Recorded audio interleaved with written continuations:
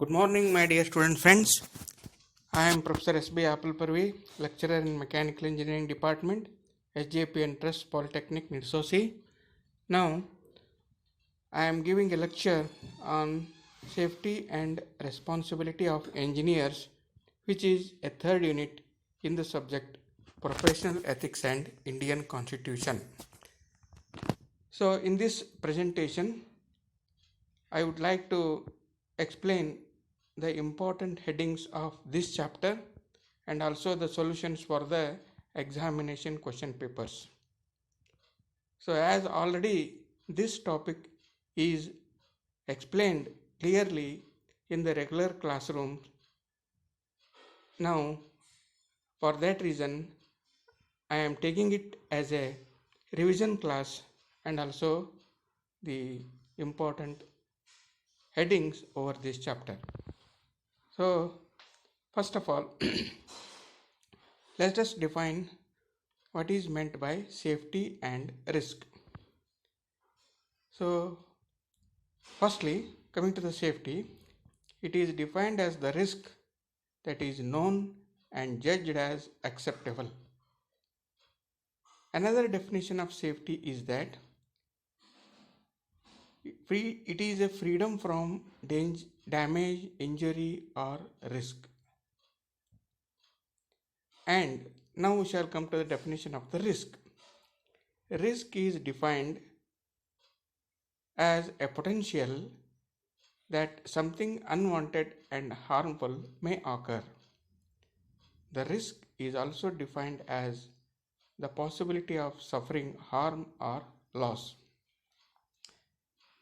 The risk is the result of an unsafe situation. Now, these two definitions, that is, safety and risk, are interrelated by the formulae such as probability of safety is equal to 1 minus probability of risk. This is one equation. And second equation is risk is equal to probability of occurrence multiplied by consequence in magnitude. Now, the next heading is the factors that influence the perception of risk. There are 7 factors which influence the perception of risk. The first one is probability of risk. Probability of risk means the statistical nature of occurrence of risk. The second factor is consequences of the risk. Consequences of the risk means the physical damage or death of people, property loss, or loss of money. The third factor is voluntariness. It means risk taken for thrill and amusement or under compulsion. The fourth factor is magnitude. It means number of people or extent of area involved. The fifth factor is proximity. Proximity means the closeness of relationship with those affected. The sixth factor of risk is method of information of dissemination on risk. Seventh factor and last factor is job related. Now, the next heading, the important factors that affect the risk acceptability. There are 9 factors which affect the risk acceptability. The first factor is lack of knowledge of product or process outcomes. The second factor is estimating probability of rare events. The third factor is incorrect and unacceptable assumptions. The fourth factor is magnitude. Fifth one is proximity. Sixth one is voluntariness. Seventh one is uncertain behavior of materials. Eighth factor is restricted use of knowledge on risk. And the last one, reversible effects. The risk benefit analysis. This is the next important heading of this chapter. There are 3 types of risks: personal risk, public risk, and the voluntary risk. Now let us see how these three types of risks are analyzed.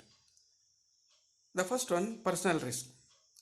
Personal risk is the risk that occurs due to the financial loss as a result of premature death or disability of the family income earner, leaving you, your family, and your business as financially insecure. For example, you are living with your family in a village and cement factory was planned to start near your home, and they are telling you to change your home by giving some money to you, but you are living there with your own risk is personal risk. Hence, the personal risk can be checked by life insurance policies taken, dust, radiation, and its effect on death, loss of eyes, ears, etc. Now, let us see the second type of risk, that is public risk. It is analyzed like this. Public risk is the chance of something happening that will have an effect on public values. For example, the cost associated with accident, which includes repair of body parts or limbs or medical treatment. Accident of bus will result in loss of people eyes and public values. The third type of risk is a voluntary risk. Voluntary risk is the involvement of people in risky actions even though they know that these actions are not safe or unsafe. The people take these actions for thrill, entertainment, or fun.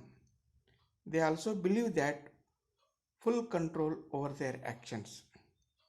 Examples are people participate in car racing and risky stunts, horse racing, adventure camps, etc.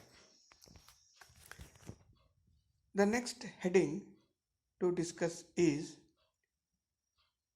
the techniques for reducing the risk.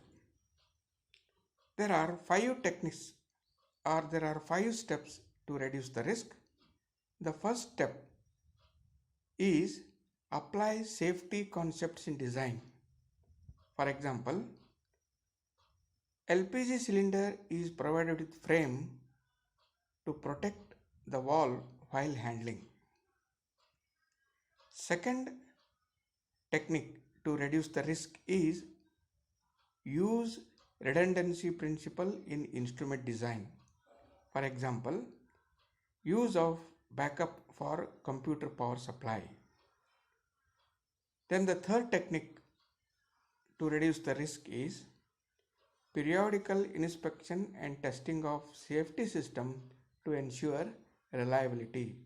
For example, fire extinguishers, earth system, electric circuits are checked periodically. Fourth technique to reduce the risk is giving operation manuals and training the operating person and making regular audits to know that the procedures are understood, followed, and the systems are kept in working condition.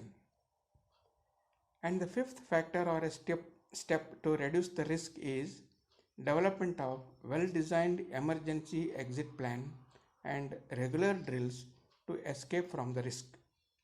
For example, in bus, emergency window is provided to come out from bus during accident.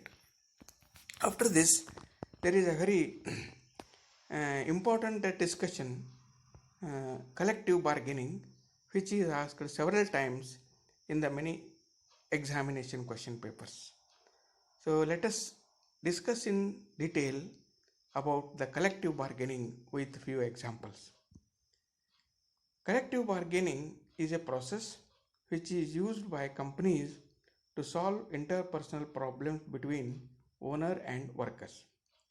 It is the bargain by the company union for improving the economic interests of the workers. And also, the collective bargaining is the process in which working people, through their unions, negotiate contracts with their owners to determine their terms of employment, including pay, benefits, working hours, leave, job health, and safety policies, ways to balance work and family, etc. The process includes negotiation, threatening verbally, declaration of strike, etc. In collective bargaining, the employees depend on a union member to represent them during the bargaining process, and negotiations often relate to regulating such issues as working conditions, employee safety, training, wages, and layoffs. Let us discuss the collective bargaining with some examples. Suppose in companies, workers form an association called union in order to protect their employee rights. When the management refuses to fulfill their rights or not ready to give their demands and other benefits, then the union members go for strike. At this stage, the representatives from both sides, that is, owner and worker, meet to discuss the problems and comes into a compromising solution acceptable both sides. This is known as collective bargaining. There is one important term which is called as confidentiality, and this confidentiality is an important factor connected with the companies or the industries. The factors or the principles to justify the confidentiality are: the first factor, respect for autonomy. Respect for autonomy means respecting the freedom and self determination of individuals and organizations to identify their control over the personal information of themselves. The second factor is respect for promises. It is giving respect for the promises made between the owner and the worker. The third factor to justify the confidentiality is trustworthiness. Trustworthiness is maintaining confidentiality by lawyers, judges, accountants, etc. The fourth factor to justify the confidentiality is respect for public welfare. This is important to identify the relationships in professional transactions for the benefit of the public. For example, if the doctor keeps confidentiality on the problems of the patients, then the patient develop confidence and trust in them. They feel free to express their problems and personal details without being shy. This increases the chance of being cured.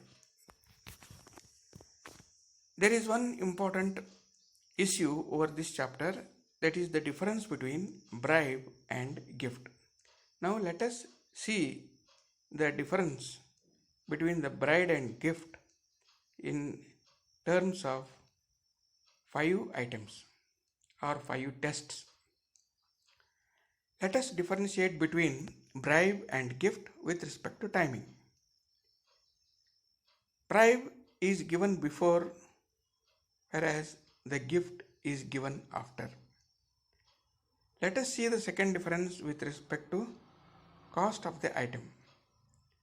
In bribe, large amount of cost is involved, but in gift, the small amount of cost is involved. Usually, the gifts are the articles of daily use. Now let us see the third difference in terms of quality of product. In bribe, the quality of product is poor, whereas in gift, the quality of product is high or good. Let us see the next difference between bribe and gift in terms of giver as a friend. In bribe, the giver is a friend, whereas in gift, giver is not a friend. The next difference between bribe and gift in terms of transparency. In bribe, transparency is made in secret, whereas in gift, the transparency made in open.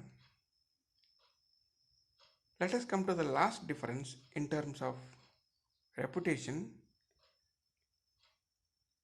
In bribe, there is a damage to the reputation, but in gift, there is no damage to the reputation. These are the 5 differences between the bribe and the gift. Another very important question which is asked very frequently in the exam papers, that is with respect to the heading occupational crime. Occupational crime with examples is asked several times, my dear friends. So you please try to give attention over this heading. Occupational crime is illegal activities in one's company or organization. It is the violation of laws regulating the work activities. Occupational crime is committed by wrong actions of person through one's lawful employment, crime committed by employees to promote his interest, theft by the employee, leaking out certain company secrets to other companies, damage to the property or an employee of one's organization. In engineering practice, the occupational crime refers to working on projects which are not properly authorized.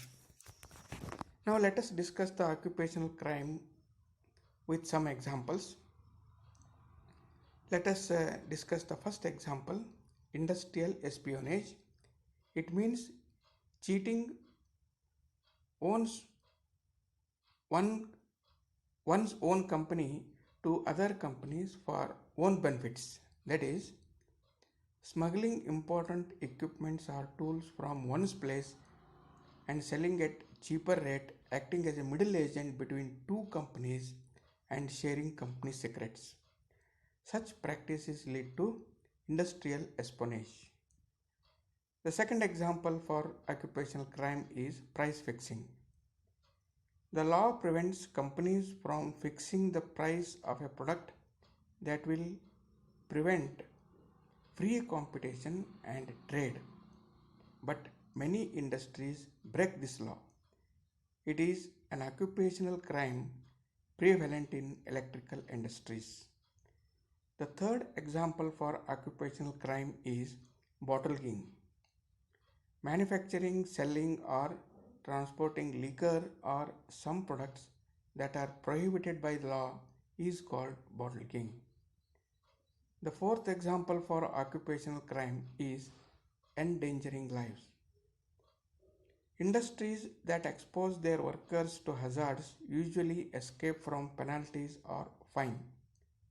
Workers have rights to get proper compensation, but companies are not providing facilities like medical allowances and transport facilities, shoes, apron, rubber gloves for workers, protecting from hazards. The fifth example for occupational crime, white collar crime. Violation of laws regulating work activities when committed by office workers or professionals, then occupational crime is called white collar crime. Coming to the last heading of this chapter, the responsibilities of an engineer. So whenever the safety is taken into consideration, then the engineer should possess the 10 responsibilities, and these 10 responsibilities are detailed as under.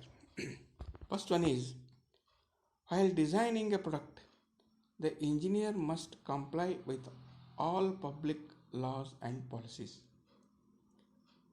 The second responsibility is they must follow all legal standards in respect of the designs being developed. Third one is they should be technically sound and have full knowledge of engineering standards. The fourth responsibility of engineers is engineers must try to create more and more safe designs and products. The fifth responsibility is engineers must ensure that risks should be kept minimum and acceptable to the public. The sixth one is engineers must minimize the chances of misuse in order to make their design or product safe. Seventh one, they must make public all possible risks involved in their designs. Eighth responsibility of engineers is they must make their designs and products eco-friendly. The ninth responsibility is they must always be ready for accepting improvements in their design. The last responsibility is they have to improve designs with a view to make more and safer for public and all users. So, my dear student friends, so these are the some important headings over this chapter, that is safety and responsibilities of an engineer, and you refer the notes and you solve the questions which are given in these slides. And if you have any queries or doubts, you feel free to ask me or Udupudi sir. Okay, thank you one and all.